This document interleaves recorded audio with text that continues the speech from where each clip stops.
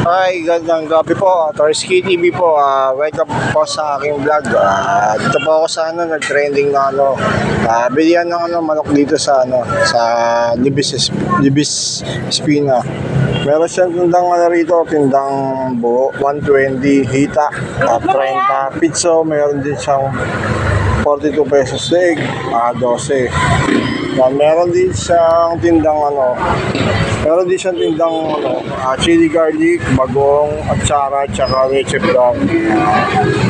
Yung yung last week na binlog nung vlogger dito sa sa Libis Espina. Ayan. Lagi kasi itong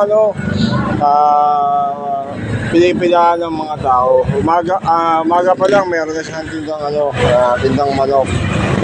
Siyempre meron din siyang tindang kanin. 10 piso lang yung kanin niya.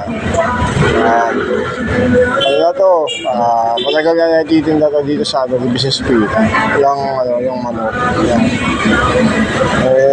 Habang nag-aantay ako ng buong manok,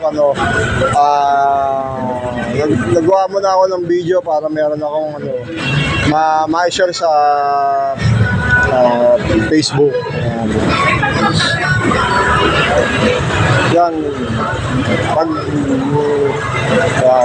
merong umalis, meron din dumadating na ibang customer.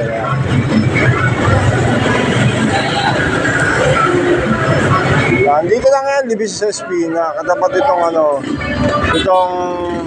Bleach Manok Store yan. Itong pwesto ni ate. Ito.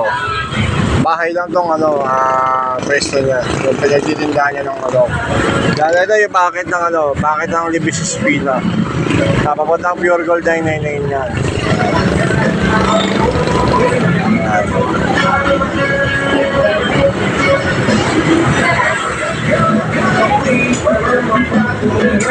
Sa ngayon medyo paunti na lang yung tinda niyang manok sa dami niyang bumibili rito. Yung mga taga dito ang mga customer niya sa bilihan ng manok.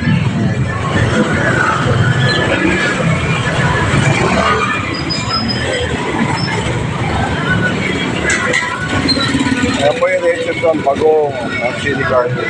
Ito yung mga titinda niya. Tapos yun yung mga luto na. Ayan. Ilalagay niya doon sa patuluan ng mantika.